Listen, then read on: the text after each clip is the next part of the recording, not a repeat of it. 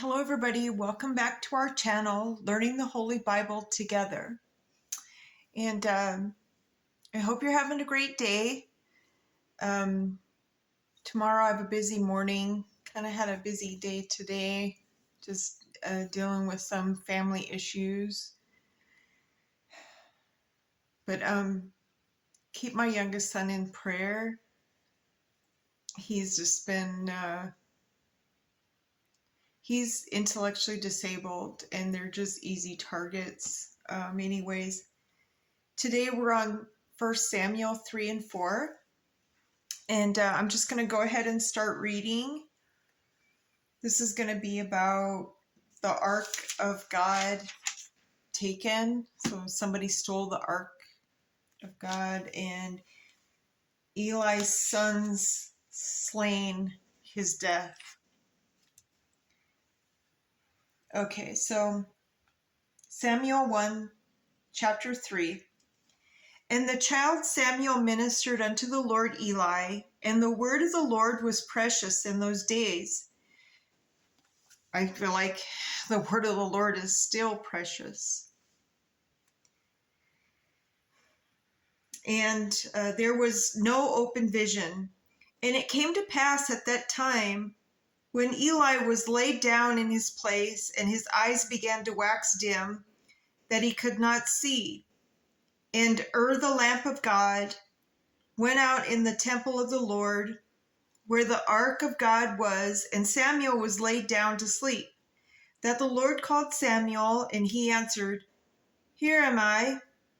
And he ran unto Eli and said, Here am I, for thou calledest me. And he said, I called not. Lie down again. And he went and lay down. And the Lord called yet again, Samuel. And Samuel arose and went to Eli and said, Here am I, for thou didst call me. And he answered, I called not, my son. Lie down again. Now Samuel did not yet know the Lord, neither was the Lord yet revealed unto him. And the Lord called Samuel again the third time. And he arose and went to Eli and said, Here am I, for thou didst call me. And Eli perceived that the Lord had called the child. Therefore Eli said unto Samuel, Go lie down, and it shall be, if he call thee, that thou shalt say, Speak, Lord, for thy servant heareth. So Samuel went and lay down in his place. And the Lord came and stood and called as at other times, Samuel, Samuel. Then Samuel answered, Speak, for thy servant heareth. And the Lord said to Samuel, Behold, I will do a thing in Israel at which both the ears of every one that heareth it shall tingle. It's kind of like what happened to me like a few years ago. I got this craving that I just needed to have the Bible. It was a strong urge, a craving, and so I just kept reading from Genesis to Revelations, like over and over and over, and I'm still doing it. And I have to confess, my brothers and sisters, I do not like to read. Heavenly Father knows I have like adult ADHD or something, or ADD, but I just fell in love with the Bible and I find it interesting and I learn something new every time I read it. And I used to smoke cigarettes for like 28 years and I didn't quit cold turkey. I couldn't. Like, I chew a lot of gum now, but I've quit smoking altogether. I quit that habit. I didn't even like smoking when I did it. Just wanted to say, anyways, God knows we're not perfect. So I just wanted to let you know. So yeah, that's what the tingle thing reminded me of. So anyways, let's get back. In that day I will perform against Eli all things which I have spoken concerning his house. When I begin, I will also make an end. For I have told him that I will judge his house forever for the iniquity which he knoweth, because his sons made themselves vile, and he restrained them not. And therefore I have sworn unto the house of Eli that the iniquity of Eli's house shall not be purged with sacrifice nor offering forever. And Samuel lay until the morning and opened the doors of the house of the Lord, and Samuel feared to show Eli the vision. Then Eli called Samuel and said, Samuel, my son. And he answered, Here am I. And he said, What is the thing that the Lord hath said unto thee? I pray thee, hide it not from me. God do so to thee, and more also, if thou hide anything from me, all the things that he said unto thee. And Samuel told him every whit, and hid nothing from him. And he said, It is the Lord. Let him do what seemeth him good.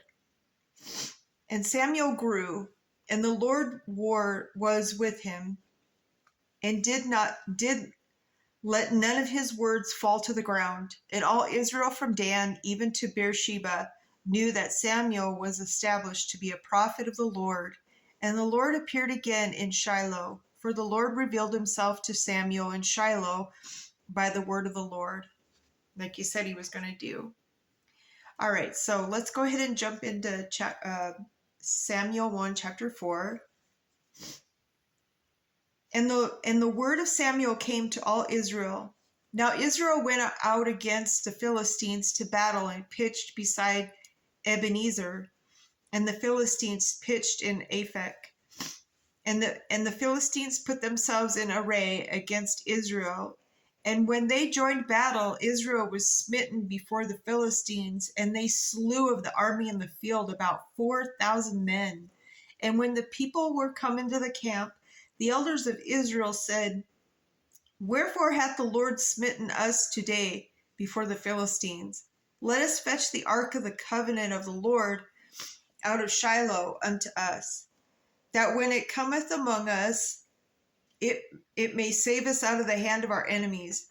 So the people sent to Shiloh, that they may bring from thence the ark of the covenant of the Lord of hosts, which dwelleth between the cherubims, and the two sons of Eli, Hophni and Phinehas. We're there with the ark of the covenant of God. And when the ark of the covenant of the Lord came into the camp, the Israel shouted with a great shout, so that the earth rang again. And when the Philistines heard the noise of the shout, they said, What meaneth the noise of the great shout in the camp of the Hebrews? And they understood that the ark of the Lord was come into the camp. And the Philistines were afraid, for they said, God is come into the camp. And they said, Woe unto us, for there hath not been such a thing there heretofore. Woe unto us, who shall deliver us out of the hand of these mighty gods? Which the one and only mighty God. These are the gods that smote the Egyptians with all the plagues in the wilderness. Be strong and quit yourselves like men, O ye Philistines, that ye be not servants unto the Hebrews, as they have been to you. Quit yourselves like men and fight. And the Philistines fought, and Israel was smitten, and they fled every man into his tent. And there was a very great slaughter, for there fell of Israel 30,000 footmen. And the ark of God was taken, and the two sons of Eli, Hophni and Phinehas, were slain. And there ran a man of Benjamin out of the army, and came to Shiloh the same day with his clothes rent, and with earth upon his head. And when he came low, Eli sat upon a seat of the wayside, watching, for his heart trembled for the ark of God. And when the men came into the city and told it, all the city cried out. And when Eli heard the noise of the crying, he said, What meaneth the noise of this tumult? And the man came in hastily and told Eli. Now Eli was 98 years old. and his eyes were dim, that he could not see. And the man said unto Eli, I am he that came out of the army, and I fled today out of the army. And he said, What is there done, my son? And the messenger answered and said, Israel is fled before the Philistines, and there hath been also a great slaughter among the people. And thy 2 sons also, Hophni and Phinehas, are dead, and the ark of God is taken. And it came to pass, when he made mention of the ark of God, that he fell from off the seat backwards by the side of the gate, and his neck brake, and he died. For he was an old man and heavy, and he had judged Israel 40 years. And his daughter-in-law, Phinehas' wife, was with child, near to be delivered. And when she heard the tidings that the ark of God was taken, and that her father-in-law and her husband were dead, she bowed herself and travailed, for her pains came upon her. And about the time of her death, the woman that stood by her said unto her, Fear not, for thou hast borne a son. But she answered not, neither did she regard it. And she named the child Ichabod, saying, The glory is departed from Israel, because the ark of God was taken, and because of her father-in-law and her husband. And she said, The glory is departed from Israel, for the ark of God is taken. Okay, so that's the end of 4. When we come back, we'll read what happens in 5 and 6. Something about the visitation on the Philistines, and the ark comes to Beth Shemesh. So they end up finding it. And so when we come back tomorrow, we'll certainly find out what happens then. So until then, my brothers and sisters, I hope you have a great day. And I know we go through all kinds of trials and errors in life, but we just want to keep put God first. He answers our prayers when the time is right. And He's always there patiently waiting for us. So until next time, to be continued. Have a great day.